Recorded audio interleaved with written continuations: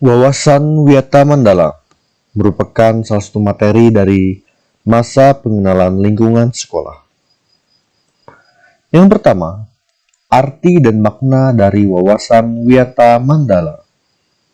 Wawasan merupakan pandangan atau sikap terhadap suatu hakikat. Wiyata adalah pendidikan. Mandala adalah tempat atau lingkungan. Jadi dapat kita simpulkan, Wiyata Mandala adalah sikap menghargai dan bertanggung jawab terhadap lingkungan sekolah sebagai tempat menuntut ilmu pengetahuan. Unsur-unsur Wiyata Mandala. Unsur yang pertama, sekolah merupakan lingkungan pendidikan.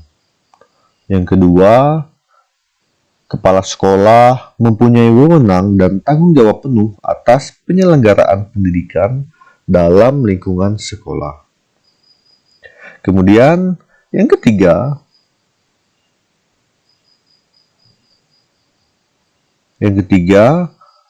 antara guru dan orang tua siswa harus ada saling pengertian dan kerjasama yang erat untuk mengemban tugas pendidikan atau hubungan yang serasi. Yang berikutnya, warga sekolah di dalam maupun di luar sekolah harus menjunjung tinggi martabat dan citra guru. Kemudian yang terakhir, sekolah harus bertumpu pada masyarakat sekitarnya dan mendukung warga. Kemudian selanjutnya adalah sekolah dan fungsinya. Sekolah merupakan tempat penyelenggaraan proses belajar mengajar, menanamkan dan mengembangkan berbagai nilai, ilmu pengetahuan, teknologi, dan keterampilan. Sekolah merupakan lembaga pendidikan formal, tempat berlangsungnya proses belajar mengajar untuk membina dan mengembangkan. Yang pertama adalah mengembangkan ilmu pengetahuan dan teknologi. Kemudian yang kedua, mengembangkan pandangan hidup atau kepribadian. Yang ketiga, mengembangkan hubungan antar manusia dengan lingkungan atau dengan Tuhannya. Yang keempat, mengembangkan kemampuan berkarya. Kemudian fungsi sekolah. Fungsi sekolah adalah sebagai tempat masyarakat belajar karena memiliki aturan atau tata tertib kehidupan yang mengatur hubungan antara para guru, pengelola pendidikan siswa di dalam proses belajar mengajar untuk mencapai tujuan pendidikan yang telah ditetapkan dalam suasana yang dinamis.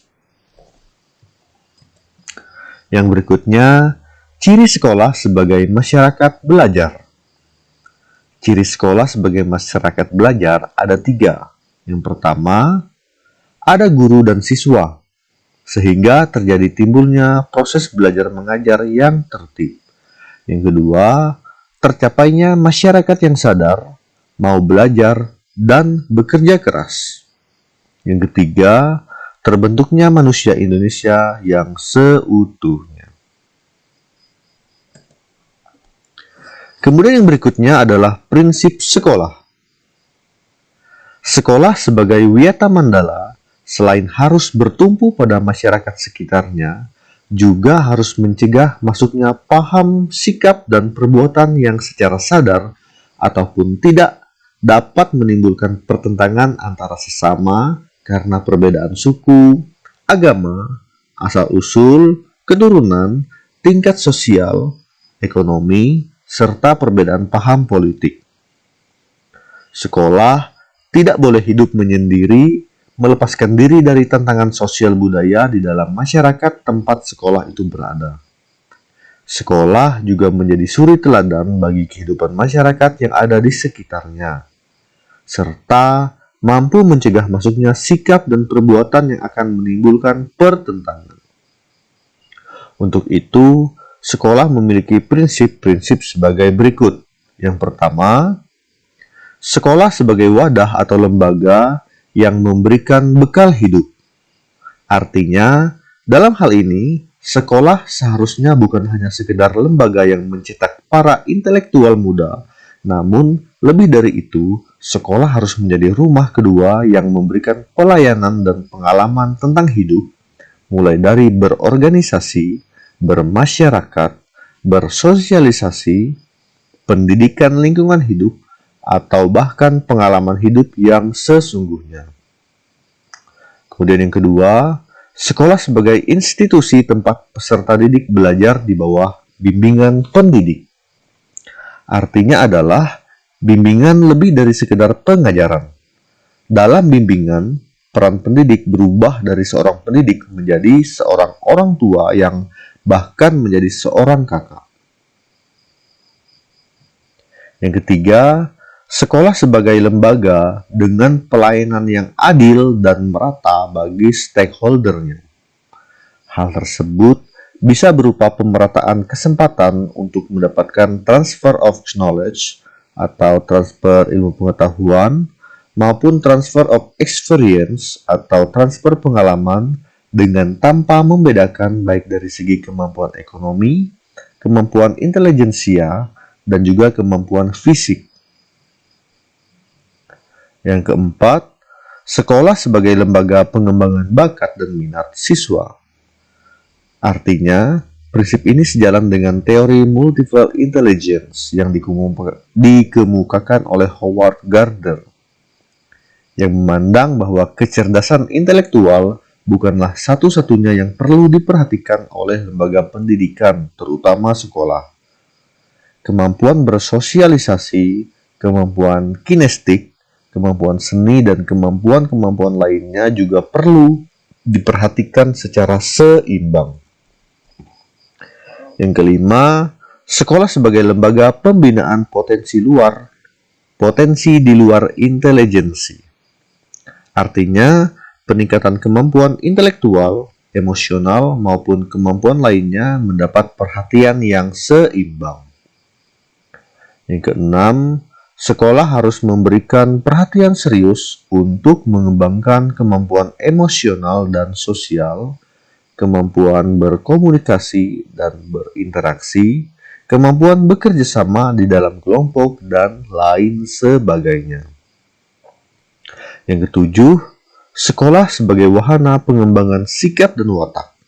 Artinya sikap sederhana, jujur, terbuka, penuh toleransi, rela berkomunikasi dan berinteraksi, ramah, tamah, dan bersahabat, cinta negara, cinta lingkungan, siap bantu-membantu khususnya kepada yang kurang beruntung, merupakan sikap dan watak yang perlu dibentuk di dalam lingkungan sekolah. Yang kedelapan, sekolah sebagai wahana pendewasaan diri. Di dalam dunia yang berubah begitu cepat, salah satu kompetensi dasar yang harus dimiliki tiap peserta didik adalah kompetensi dasar, yaitu belajar secara mandiri. Dengan proses pendewasaan yang diberikan di sekolah, pendidik tidak lagi perlu menjejali pemikiran peserta didik dengan perintah. Lebih dari itu, peserta didik akan mendapatkan sesuatu yang jauh lebih besar ketika ia mencari dan mendapatkan apa yang ia butuhkan untuk hidupnya. Yang kesembilan, sekolah sebagai bagian dari masyarakat belajar atau learning society. Sekolah bukan hanya tempat untuk sebagai kegiatan pembelajaran bagi peserta didik, namun juga seharusnya sekolah mampu menjadi pusat pembelajaran bagi masyarakat yang ada di lingkungan sekitar. Yang berikutnya adalah penggunaan sekolah. Sekolah sebagai suatu lembaga pendidikan yang diperuntukkan sebagai tempat proses kegiatan belajar mengajar tidak diperbolehkan dijadikan sebagai tempat yang pertama, ajang promosi atau penjualan produk yang tidak berhubungan dengan sekolah atau pendidikan. Yang kedua, sekolah juga tidak diperbolehkan untuk penyebaran aliran sesat atau penyebarluasan aliran agama tertentu yang bertentangan dengan undang-undang. Yang keempat, tidak boleh adanya propaganda politik atau kampanye Yang kelima, tidak boleh adanya syuting film atau sinetron tanpa seizin pemerintah setempat. Yang keenam, tidak diperbolehkan kegiatan-kegiatan yang dapat menimbulkan kerusakan, perpecahan, dan perselisihan sehingga menjadikan suasana sekolah menjadi tidak kondusif.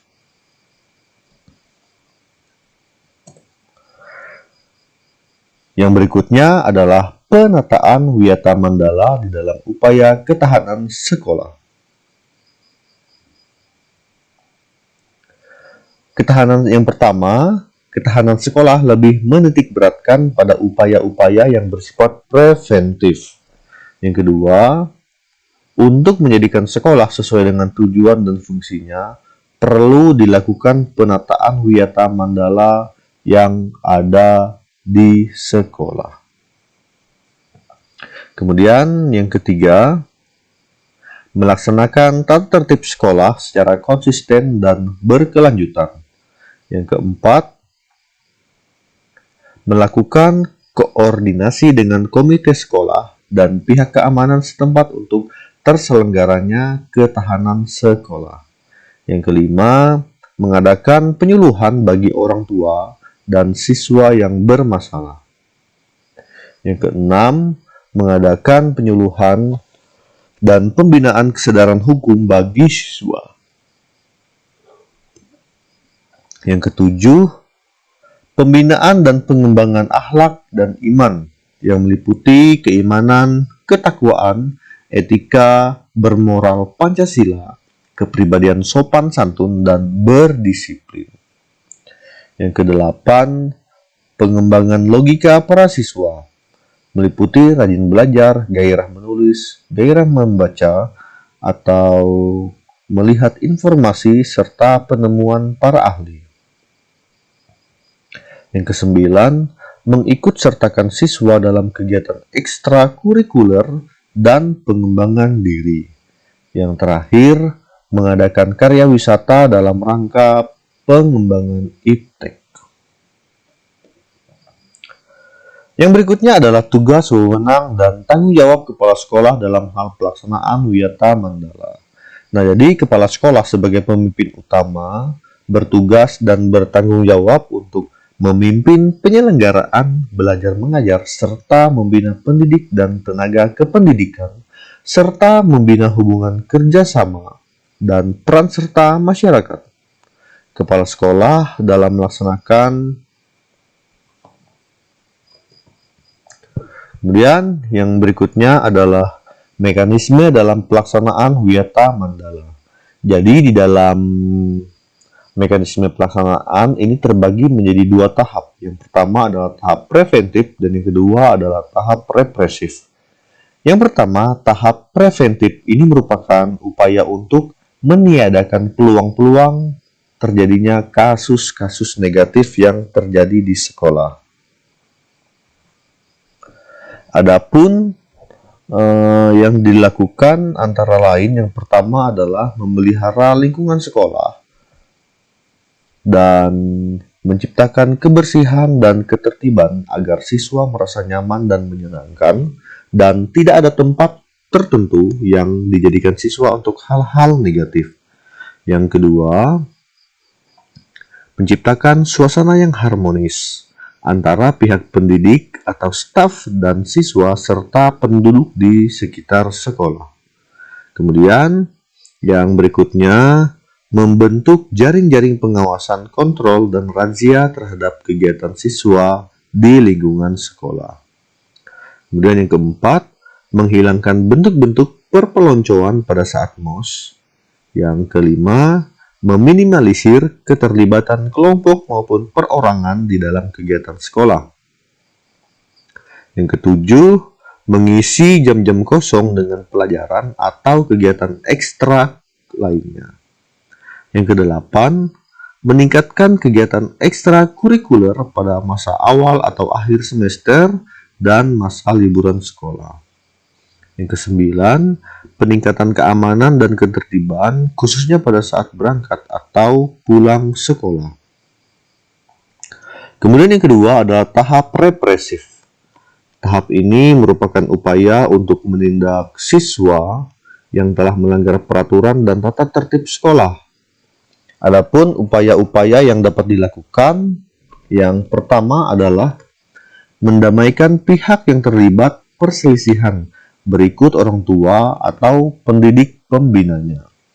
Kemudian yang kedua adalah membatasi areal tempat terjadinya aksi.